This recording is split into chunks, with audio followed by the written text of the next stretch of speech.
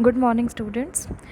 तो कल तक हमने अपनी जो सम किया था उसमें हमने क्या किया था, हमने शुरू किया था अपनी accounting entries of issue of shares, और हमने सबसे पहला केस लिया था कि हम पार पे इशू करते हैं। नेक्स्ट आज हम केस जो करेंगे वो हम करेंगे issue at premium. Issue at premium का क्या मतलब होता है? अब देखो, जब कंपनी जो है अपना शेयर जिस प्राइस पे इशू करती है उसे हम इशू प्राइस कहते हैं। तो जब हमारा जो इशू प्राइस होता है वो ग्रेटर होता है शेयर की फेस वैल्यू से, कि भाई आपने 15 रुपये का शेयर इशू किया है लेकिन आपका फेस वैल्यू या उसकी नॉमिनल वैल्यू आपने 10 रुपये रखी है। तो जो ये गैप है 5 रुपीज़ का, ये 5 रुपीज़ हमारा सिक्योरिटी प्रीमियम होता है। इसका मतलब हमने 5 रुपये का अपना शेयर प्रीमियम पे इशू किया है। फाइन। तो अब जैसे यहाँ पे बुक में क्या लिखा है हमारा कि company share issue at A price which is above its face price, उसे हम कहते हैं issued at premium. For example face value 10 है और इशू 12 रुपये का क्या है, तो 2 रुपये आपके प्रीमियम में हो जाएंगे। There is no legal restriction, कोई लीगल रिस्ट्रिक्शन नहीं है, पाबंदी नहीं है कि आप शेयर जो है प्रीमियम पर इशू नहीं कर सकते हो। हमारा कंपनीज एक्ट 2013 हमें इस बात की परमिशन साफ साफ देता है। नेक्स्ट है कि प्रीमियम जो आपने शेयर्स इशू करते वक्त आपने शेयर जो कि इशू किए हैं वो प्रीमियम पे इशू किए हैं, तो वो जो एक्स्ट्रा अमाउंट है वो आपका प्रॉफिट माना जाता है कि भाई आपने एक्चुअल आपका जो शेयर प्राइस था उससे ज़्यादा में मंगवाए हैं और लोगों ने बिना किसी बात के, आपको बिना कुछ आपसे सवाल जवाब करे आपको उतना एक्स्ट्रा अमाउंट पे भी किया है। तो वो आपका जो एक्स्ट्रा अमाउंट है वो हमारा प्रॉफिट होता है। और वो जो हमारा प्रॉफिट होता है सिक्योरिटी प्रीमियम के रूप में जो आता है, उसकी नेचर हमारी कैपिटल प्रॉफिट की होती है, ना कि रिवेन्यू की। Not revenue profit but is a capital profit. अब कैपिटल प्रॉफिट और रिवेन्यू प्रॉफिट में क्या फ़र्क होता है? ऐसे प्रॉफिट जो कि कम टाइम के लिए है हो हमारी, वो होते हैं रिवेन्यू प्रॉफिट, जो शॉर्ट टर्म की नेचर की चीज़ों से अर्न करे गए हैं। अब हमारा शेयर कैपिटल किस नेचर का होता है? कैपिटल नेचर का होता है। इसे हम लायबिलिटीज़ में हम अपनी इक्विटी की तरफ लिखते हैं ना। जो हमारा शेयर कैपिटल पूरा, जो शेयर कैपिटल एक बंडल बना है हमारा शेयर कैपिटल, उसके अंदर हम डिफरेंट पार्ट्स में अपनी शेयर कैपिटल को बांटते हैं। तो इस पूरे ग्रुप का नेचर जो है वो है capital in nature. Capital in nature. तो कैपिटल इन नेचर होने की वजह से शेयर इशू करते वक्त आपका जो प्रॉफिट होता है, जिसे हम प्रीमियम के रूप में मंगवाते हैं, वो हमारा प्रॉफिट किस नेचर का होता है? कैपिटल नेचर का। तो उसे हम क्या बोलते हैं? Capital profit. ठीक है, तो उसे हम कैपिटल प्रॉफिट बोलते हैं। उसे क्या करते हैं? Must be credited to the separate account called security premium account. तो उसकी हम एंट्री करेंगे अपना उस अकाउंट को क्रेडिट करके कि भाई शेयर सिक्योरिटी प्रीमियम अकाउंट को हम क्रेडिट करेंगे। ठीक है, नेक्स्ट है हमारा कि भाई, और इसको हम नेक्स्ट ट्रीटमेंट हमारा बैलेंस शीट में क्या होगा कि हम अपने प्रीमियम के अमाउंट को रिज़र्व एंड सरप्लस की हेड में लिखेंगे, रिज़र्व एंड सरप्लस को की हेडिंग के अंदर। नेक्स्ट हमारा जो हमारा कंपनीज एक्ट सेक्शन 51 है, कंपनीज एक्ट 2013 का section 51 sub section 1 companies act क्या कहता है कि भाई आपने जो एक्स्ट्रा अमाउंट आया है इसको हम सिक्योरिटी प्रीमियम के नाम से नाम देंगे, उसको क्रेडिट करेंगे टू सिक्योरिटी प्रीमियम अकाउंट। और इसका कंपनीज एक्ट का शेड्यूल 3 कहता है कि जो स्टूडेंट्स हैं वो उसको, या फिर हम इसको सिक्योरिटी प्रीमियम रिज़र्व का भी नाम दे सकते हैं, क्योंकि एट द एंड हम अपना प्रीमियम का जो अमाउंट है बैलेंस शीट में रिज़र्व एंड सरप्लस के हेडिंग के अंदर लिखते हैं। तो शेड्यूल 3 कंपनीज एक्ट ये कहता है कि आप सिक्योरिटी प्रीमियम के अमाउंट को सिक्योरिटी प्रीमियम रिज़र्व के नाम से भी क्रेडिट कर सकते हो। तो कंपनीज एक्ट आपको इस बात की पूरी छूट देता है कि या तो आपको प्रीमियम अकाउंट में करना है या फिर सिक्योरिटी प्रीमियम रिज़र्व के अकाउंट में करना है। फाइन, इसकी पूरी छूट है आपको। अब है हमारा सेक्शन 52 सब सेक्शन 2। देखो जो ब्रैकेट में लिखा होता है ना, इसे हम बोलते हैं सब सेक्शन, और जो ये है ये सेक्शन है। फाइन, सेक्शन बड़ा होता है, सब सेक्शन उससे छोटा होता है। अब सेक्शन 52 सब सेक्शन 2 कहता है कि आपने जितना अमाउंट प्रीमियम के रूप में मंगवाया है, उस एक्स्ट्रा अमाउंट का कंपनी क्या क्या यूज़ कर सकती है। देखो ये हमारा सिर्फ ये इतना छोटा कि भाई किस कैपिटल इसका सिक्योरिटी प्रीमियम के क्या क्या यूज़ हो सकते हैं, सिर्फ इतना ही क्वेश्चन आपका शॉर्ट फॉर्म में भी आ सकता है 4 मार्क्स में। जो कंपलसरी क्वेश्चन आता है आपका, right A short note on the usage of amount of security premium. ठीक है, तो आप कैसे लिखोगे, पूरा अच्छे से लिखोगे कि section 52 sub section 2 of companies act allows to use security premium account in the following way. तो आपके ये जितने हैं फॉलोइंग वेज हैं वो क्या क्या हैं आपके, देखो जितना आपने एक अमाउंट मंगवाया है आप उसका क्या क्या यूज़ करोगे। फर्स्ट, आपके जितने भी प्रारंभिक खर्चे हुए हैं, प्रिलिमिनरी एक्सपेंसेस। कौन से होते हैं प्रिलिमिनरी एक्सपेंसेस, जितने भी आपने कंपनी को सेटअप करते वक्त उसकी इनकॉर्पोरेशन से पहले जो खर्चे होते हैं उन्हें हम प्रिलिमिनरी एक्सपेंसेस कहते हैं, प्रारंभिक खर्चे कहते हैं। उन खर्चों को राइट ऑफ करने के लिए आप सिक्योरिटी प्रीमियम के अमाउंट का यूज़ कर सकते हो। फिर सेकंड है टू राइट ऑफ एक्सपेंसेस, किसी भी तरह का कमीशन आपने मैनेजर को कमीशन दी है, डिस्काउंट अलाउ करा है कस्टमर्स को, या फिर on the issue of shares debentures of the company, आपने इशू करते वक्त आपने जैसे मान लो आपने डिस्काउंट पे इशू करे हैं तो आपको वो एक्स्ट्रा अमाउंट खर्चा अलग से बियर ना करना पड़े कंपनी को खुद, तो वो क्या करती है कंपनी, अपना जो पहले एक्स्ट्रा अमाउंट मंगवा लिया था उस अमाउंट को यूज़ कर लेती है इस टाइम पे। फाइन। नेक्स्ट है हमारा issuing fully paid up bonus shares. इसका मतलब बोनस शेयर्स का क्या मतलब होता है, जब कंपनी अपने एम्प्लॉयज़ को बोनस देती है। बोनस का क्या मतलब होता है, जितना भी रेगुलर रेम्यूनरेशन जाती है एम्प्लॉय को, रेगुलर सैलरी जाती है, उसमें थोड़ा सा इजाफा, उसे हम बोनस कहते हैं। वो जो बोनस होता है या तो आप सैलरी में इंक्रीमेंट करके अपने एम्प्लॉय को दे सकते हो या फिर आप उन्हें शेयर्स दे सकते हो। ठीक है, जितना आपने इंक्रीमेंट करना है कैश का उतने ही कैश वैल्यू के इक्वल आप उन्हें शेयर्स दे दो। फॉर एग्ज़ाम्पल, आपकी कंपनी के एम्प्लॉयज़ की सैलरी 50,000 है और आपने उसको बोनस करके उसकी चाहते हो आप 5,000 का बोनस हो जाए, इसकी सैलरी में अच्छा काम कर रहा है ये 55,000 हो जाए, तो आप क्या करते हो, इस 5,000 को कैश में ना देने की बजाय आप उसे इतने के इशू कर देते हैं शेयर्स। ठीक है, तो ये जो बोनस इशू हुआ है इस टाइप के शेयर्स को हम क्या कहते हैं, जो एम्प्लॉयज़ को ही दिए जाते हैं। मैंने आपको पिछली भी वीडियो में समझाया था, जो ये शेयर्स एम्प्लॉयज़ को दिए जाते हैं उन्हें हम राइट शेयर्स कहते हैं। तो जब आपको बोनस देना है एम्प्लॉयज़ को और शेयर के रूप में देना है तो ऐसे में आप किस इशू के लिए जाते हो, राइट इशू के लिए, कि आप 5,000 का राइट इशू नहीं, स्वेट इक्विटी शेयर्स, माफ़ी चाहूँगी बच्चों। राइट इशू हमारा एग्जिस्टिंग शेयर होल्डर्स के लिए होता है, लेकिन हम यहाँ पे बोनस की बात कर रहे हैं, बोनस एम्प्लॉयज़ को दिया जाता है। और अगर हमें बोनस एम्प्लॉयज़ को देना है, एम्प्लॉयज़ के लिए हमारे जो शेयर्स होते थे वो क्या थे, हमारे स्वेट इक्विटी शेयर्स। ठीक है, पहले मैंने थोड़ा सा गलती हो गई बोलने में, आप उसको इग्नोर करना। एम्प्लॉयज़ को हम आपको बोनस में दे रहे हैं तो किस तरह के शेयर्स इशू कर सकते हैं, स्वेट इक्विटी शेयर्स। तो आपने जो आपने कंपनी के एम्प्लॉय को शेयर इशू करें, आप बदले में उनसे कुछ मंगवा नहीं रहे हो अब। ठीक है, तो वो अमाउंट आपने कहाँ से चार्ज कर लिया अपना, कि भाई सिक्योरिटी प्रीमियम का पहले से अमाउंट पड़ा हुआ था हमारे पास, हमने वो अमाउंट यहाँ पर यूज़ कर लिया अपना बोनस इशू करते वक्त। फाइन। अब नेक्स्ट है for providing the premium payable on redemption of preference share. अब आपने जब आपने रिडीम करते हो प्रेफरेंस शेयर्स को, रिडीम करने का मतलब है आप उसका जो अमाउंट आपने मंगवाया था आप उसका रिटर्न करते हो, उसे रिडम्पशन कहते हैं। तो जिस तरह आपने पैसे मंगवाते वक्त उनसे प्रीमियम में मंगवाया था, जब आप उनकी रिडम्पशन करते हैं वो भी हम प्रीमियम पे कर सकते हैं। तो जब हम रिडम्पशन प्रीमियम पे करते हैं कि भैया देने 50 रुपये थे और हम देते कितने हैं, 55 रुपये।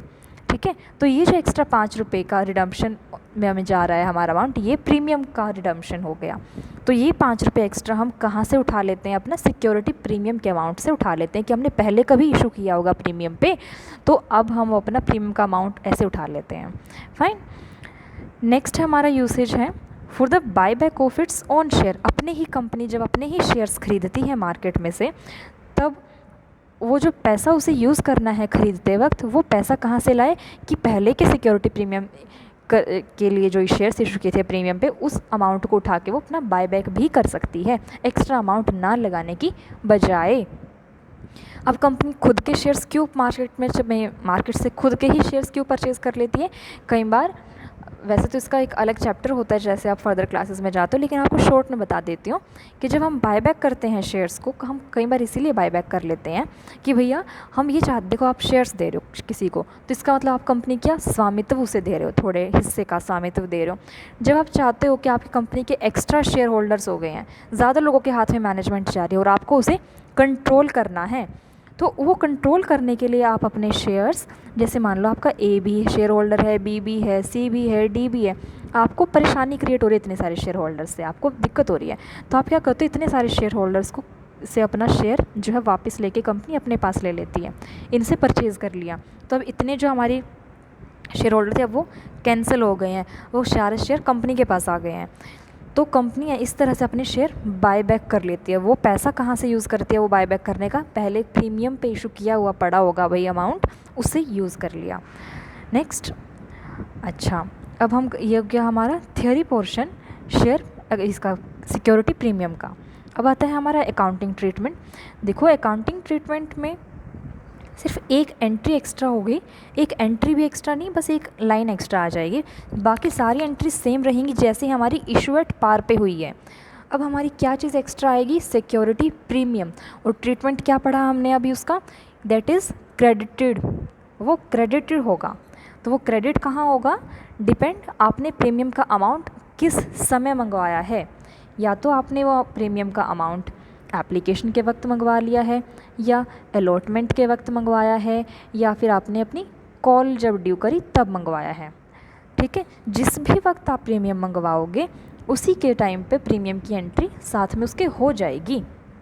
अब इसने हमें बुक में जो दिखा रखी है एंट्री करके, वो देखो क्या है कि इसने हमें एप्लीकेशन के वक्त प्रीमियम मंगवा लिया है, इसीलिए उसने देखो फर्स्ट एंट्री तो सिंपल जैसी होती है, bank account debit to share application. अब जब एप्लीकेशन अमाउंट को हम कैपिटल अकाउंट में डालते हैं, शेयर कैपिटल में, उस वक्त इसने प्रीमियम मंगवाया है, तो क्या क्या एंट्री बन गई हमारी? नॉर्मल क्या बनती थी? Share application to share capital इतनी। अब हमारे पास प्रीमियम एक्स्ट्रा है, तो प्रीमियम के लिए हमने प्रीमियम अकाउंट को क्रेडिट किया। सिर्फ ये चीज़ एक्स्ट्रा आई है हमारी, और सारी चीज़ें सेम है। अब अगर ये प्रीमियम का अमाउंट हमारा अलॉटमेंट के वक्त मंगवाया होता, तो यही एंट्री हमारी क्या हो जाती? Share allotment account debit to share capital to security premium. अब देखो सिक्योरिटी प्रीमियम जो है किसी भी टाइम मंगवाया हो तो क्या हुआ है? क्रेडिट हुआ है, यहाँ भी क्रेडिट हुआ है, यहाँ पर भी क्रेडिट हुआ है। तो एक नेचर जो इसकी है वो एंट्री की सेम रहेगी कि जब भी सिक्योरिटी प्रीमियम आप मंगवाते हो, किसी भी टाइम मंगवाओ, या तो एप्लीकेशन के वक्त मंगवाओ या अलॉटमेंट के वक्त मंगवाओ, उस प्रीमियम ने आके क्रेडिट होना है, चाहे इसके साथ जाए चाहे इसके साथ जाए। एप्लीकेशन के साथ जा रहा है तो यहाँ इस वाली एंट्री में आएगा, अलॉटमेंट के साथ जा रहा है तो अलॉटमेंट जब आपने ड्यू करी तब आएगा। ऐसे ही आपने कॉल के साथ मंगवाया है तो क्या हो जाएगा? Share call account debit to share capital to security premium. Fine, ये हो गया हमारा इसका अकाउंटिंग ट्रीटमेंट। अब हम इसके लिए एक सम उठाते हैं। सम करने के लिए देखो हमारा जो सम है क्या है कि इंदु कंपनी कॉस्मेटिक लिमिटेड है, रजिस्ट्रेशन हुई है उसकी ऑथराइज्ड कैपिटल 1 करोड़ की। उसको उसने बांटा कैसे है? 10 लाख इक्विटी शेयर, 10 का 1, कंपनी ने 6 लाख ही इशू करे हैं। प्रीमियम है 3 रुपये का, मतलब कि 13 रुपये में इशू करे हैं, क्योंकि 10 फेस वैल्यू होगी, 3 रुपये प्रीमियम के, तो 13 रुपये इशू प्राइस होगा। अब पेबल कैसे कैसे है देखो, 4 रुपये की एप्लीकेशन है, 5 की अलॉटमेंट है, इंक्लूडिंग प्रीमियम। अलॉटमेंट की साइड में लिखा है इंक्लूडिंग प्रीमियम। प्रीमियम कितने का है? 3 रुपये का। इसका मतलब अलॉटमेंट क्या रही होगी हमारी? 3 रुपये तो प्रीमियम के ऐड हैं, बचा कितना? 2 रुपये। इसका मतलब 2 रुपये की तो अलॉटमेंट है और 3 रुपये का प्रीमियम है। फाइन, तो अब हमारी एंट्री जो हमने थ्योरी में पढ़ी थी कि कैसे कौन सी वाली एंट्री बनेगी हमारी? हमारे अलॉटमेंट के साथ प्रीमियम है, तो हमारी एंट्री ये वाली हो गई। ठीक है, क्या हो गई हमारी entry? Allotment account debit capital account to security premium account. तो हम अपनी एंट्रीज करते हैं। देखो 4 application, 5 allotment, 2 first call, 2 second call. और देखो 4 और 5 9 और 2 11 और 2 13, 13 रुपये हो गए। नेक्स्ट अब हम अपना सम करते क्या कहते हैं, all the shares are subscribed, over subscription नहीं है ना ही अंडर सब्सक्रिप्शन है, नॉर्मल केस है। मनी वॉज ड्यूली रिसीव्ड, इसका मतलब कॉल इन एरियर्स भी नहीं है। नेक्स्ट है शेयर इशू एक्सपेंसेस हमारे 2 लाख के हैं, which is duly return of against the security premium. अब इसने कहा हम आपने जो एक्सपेंसेस हैं वो सिक्योरिटी प्रीमियम से चार्ज करने हैं। पिछले सम में हमने कुछ भी नहीं कहा था, हमने सिर्फ बैंक से चार्ज कर दिए थे, इसीलिए। चलो सम करते हैं। First entry as usual, bank account debit to share application. अब आया है आपका शुरू में एप्लीकेशन अमाउंट। अब 4 रुपये थे एप्लीकेशन के वक्त, और आपके जो 6 लाख शेयर्स थे, 6 लाख शेयर्स हैं, 4 रुपये का एक, तो 6 4 ज़ा 24, तो 24 लाख आपका एप्लीकेशन अमाउंट हो गया। फाइन। अब इस एप्लीकेशन अमाउंट को हमने शेयर कैपिटल में ट्रांसफ़र करा, इसलिए एंट्री क्या हुई, share application account debit to share capital 24 lakh 24 lakh. Next हमारी एप्लीकेशन की एंट्री इज़ डन। नेक्स्ट हम जाते हैं अपनी अलॉटमेंट पे। अब अपने हमारी अलॉटमेंट जब हम ड्यू करी है, हमने प्रीमियम हुआ है हमारा साथ में, तो प्रीमियम को क्या करेंगे, क्रेडिट करेंगे, और बाकी अलॉटमेंट की एंट्री सेम रहेगी हमारी। Allotment account debit to share capital account, ठीक है। अलॉटमेंट कितने की थी हमारी, देखो 5 था ना, 3 अलॉटमेंट, 3 प्रीमियम के, 2 अलॉटमेंट के। फाइन। और शेयर्स कितने हैं हमारे, 6 लाख, ठीक है।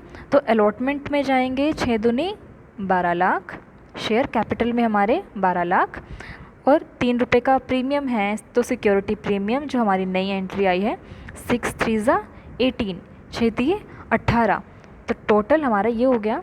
टोटल अमाउंट हमारा अलॉटमेंट में आ रहा है, तो अलॉटमेंट में टोटल 30 लाख हो गया, 12 + 18 30। अब यही हमारा टोटल अमाउंट बैंक में ट्रांसफ़र करना है हमें, तो bank account debit to share allotment 30 lakh 30 lakh. अब आगे आपको अपनी एंट्रीज़ जो है नॉर्मल चलाएंगे, फर्स्ट कॉल और सेकंड कॉल की एंट्री। 2 रुपये की कॉल थी, 6 लाख शेयर्स हैं, तो 6 दूनी 12 12। एंट्री क्या है, first call account debit to equity share capital account. अब हमने थियोरी में पढ़ा था ना कि हमें अपने शेयर के आगे उसकी क्लास लिखनी ज़रूरी है, इसलिए ये हर नाम क्या लिखता है बार बार, to equity share, to equity share. फिर है आपने इसको बैंक में भेज दिया, bank account debit to share cap first call 12 lakh 12 lakh. ऐसे ही आपकी फाइनल कॉल हो गई, सेकंड और फाइनल कॉल, वो भी 2 रुपये की थी, तो सेम एंट्री, फर्स्ट की जगह बस सेकंड आ गया, ये बैंक में ट्रांसफ़र कर दी।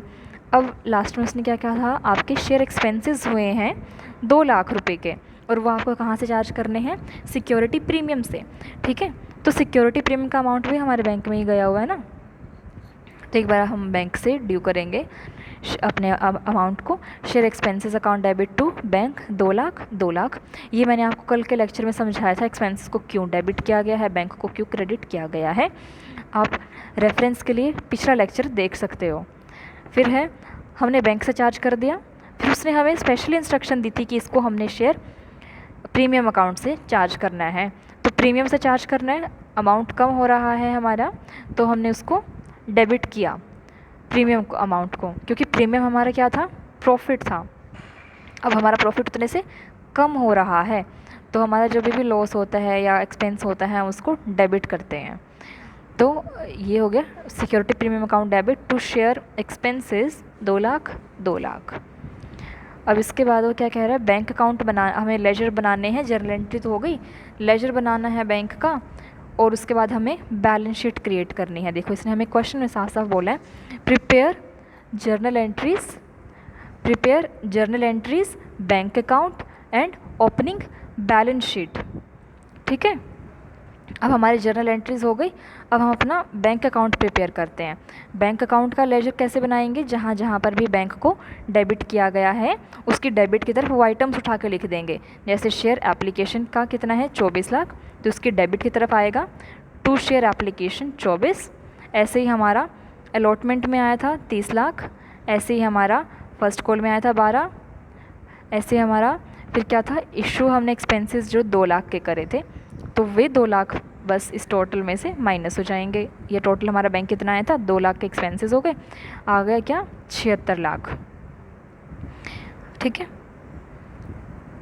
नेक्स्ट है हम अपनी बैलेंस शीट बना रहे हैं। अब हम अपनी हमारा लेजर हो गया, बैंक अकाउंट हो गया, ठीक है। अब है हमारा बैलेंस शीट। बैलेंस शीट में क्या हो गया, देखो इस सबसे पहले हम इक्विटी डालते हैं ऊपर, तो शेयर कैपिटल कितने की है हमारी, ऑथराइज्ड कैपिटल सबसे ऊपर आती है हमारी। तो ऑथराइज्ड में हमारी कितनी है, 1 करोड़ की है। 1 करोड़ में से आगे हमारी कितनी है, शेयर कैपिटल हमारी जो बनी थी, हमारी इशू करके जो आई है, शेयर कैपिटल हमारी कितनी है, 60 लाख की है। हमने रिज़र्व सरप्लस 16 लाख का बना, क्यों, हमने प्रीमियम पे मंगवाया था। उसके बाद अब हमारा प्रीमियम 16 लाख। अब आप कहोगे कि मैम प्रीमियम का अमाउंट तो जो था वो 18 लाख था, यहाँ पे प्रीमियम 18 लाख है ना। आप कहोगे यहाँ पे 18 लाख प्रीमियम है और हमने रिज़र्व सरप्लस में कितना लिखा है, सिर्फ 16 लाख लिखा है। तो ये 2 लाख का जो अमाउंट कहाँ से कम हुआ है हमारा, देखो हमने जर्नल एंट्रीज़ में हमारे 2 लाख के जो एक्सपेंसेस थे हमने कहाँ से चार्ज करे थे, प्रीमियम में से। तो 18 लाख में से 2 लाख माइनस कर दोगे, कितना बचेगा, नेट हमारा बचेगा 16 लाख, ठीक है। तो ये हमारा वहाँ से 16 लाख बचा। फिर है हमारा इतना ही था हमारा इक्विटी में इतना ही बनता हमारा। शेयर कैपिटल बता दिया, रिज़र्व सरप्लस भी बता दिया, कोई लायबिलिटी नहीं है। अब देखते हैं हमारी एसेट्स में हमारे पास क्या क्या होता है। हमारे पास इन क्वेश्चन के अकॉर्डिंग सिर्फ कैश या बैंक का बैलेंस है, और वो भी कितना है हमारे पास, 76 लाख। 76 लाख कैसे बना है हमारा, देखो बैंक अकाउंट में बैलेंस कितना बचा हुआ है, 76। तो ये हमारा बैलेंस शीट में जाएगा। बैलेंस शीट में हम अपने सिर्फ नेट अमाउंट्स लिखते हैं, क्योंकि बैलेंस शीट हमारी हमें एक पर्टिकुलर डेट को हमारी फाइनेंशियल सिचुएशन बताती है। तो उसमें हम अपना सिर्फ नेट चीज़ें लिखनी होती है, उसके अंदर हमें वर्किंग नोट्स नहीं बनाने होते। बैलेंस शीट में आपको वर्किंग नोट जो बनाने हैं वो आप अलग से बना कर दिखाओ। बैलेंस शीट में अगर सब कुछ करोगे ना बेटा वर्किंग नोट में, तो कन्फ्यूज़ हो जाओगे खुद भी और एग्जामिनर को भी करके आओगे तुम। इसीलिए जो भी वर्किंग नोट आप बनाना चाहते हो वो नोट्स एंड में बना दिया करो। जैसे अब इसने क्या किया, नोट्स बना के दिखाया इसने कैसे कैसे इसने जो शेयर कैपिटल का अमाउंट कैलकुलेट करा है। देखो इसने कैसे किया कि 1 करोड़ का इसने क्या था, ऑथराइज्ड कैपिटल थी, फिर इसकी इशूड हुई 60 लैक्स की, फिर इसने ये इसकी इक्विटी बनी, तो कितनी हो गई ये, 1 करोड़ 60 लाख। तो यहाँ पे इसने ये 1 करोड़ 60 लाख लिख रखी है इसकी टोटल अमाउंट, ठीक है। और बैलेंस शीट में इसने क्या दिखाई है, हमारी शेयर कैपिटल दिखाई हुई है हमें, ठीक है। रिज़र्व एंड सरप्लस हमारा 16 लाख, मैंने आपको बता दिया है 18 में से 2 लाख के एक्सपेंसेस घटाए हैं, इसीलिए 16 बना है। फिर इसने कैश का ही नीचे दिखाया, ये इसने सिर्फ वर्किंग नोट बनाने के लिए। फाइनल हमारी जो चीज़ है हमारी बैलेंस शीट है ये, ठीक है। अब उसने हमसे जो 3 चीज़ें पूछी थी क्वेश्चन में, क्या क्या पूछा था, entries, bank account, balance sheet, हमने तीनों ही बना दी है। आई होप आपको समझ आ गया होगा। जहाँ से आपको नहीं समझ आया वीडियो को बैक करके आराम से दोबारा समझ लो, और इसके बाद हम अपना डाउट सेशन हफ्ते में किसी भी दिन रख लेंगे।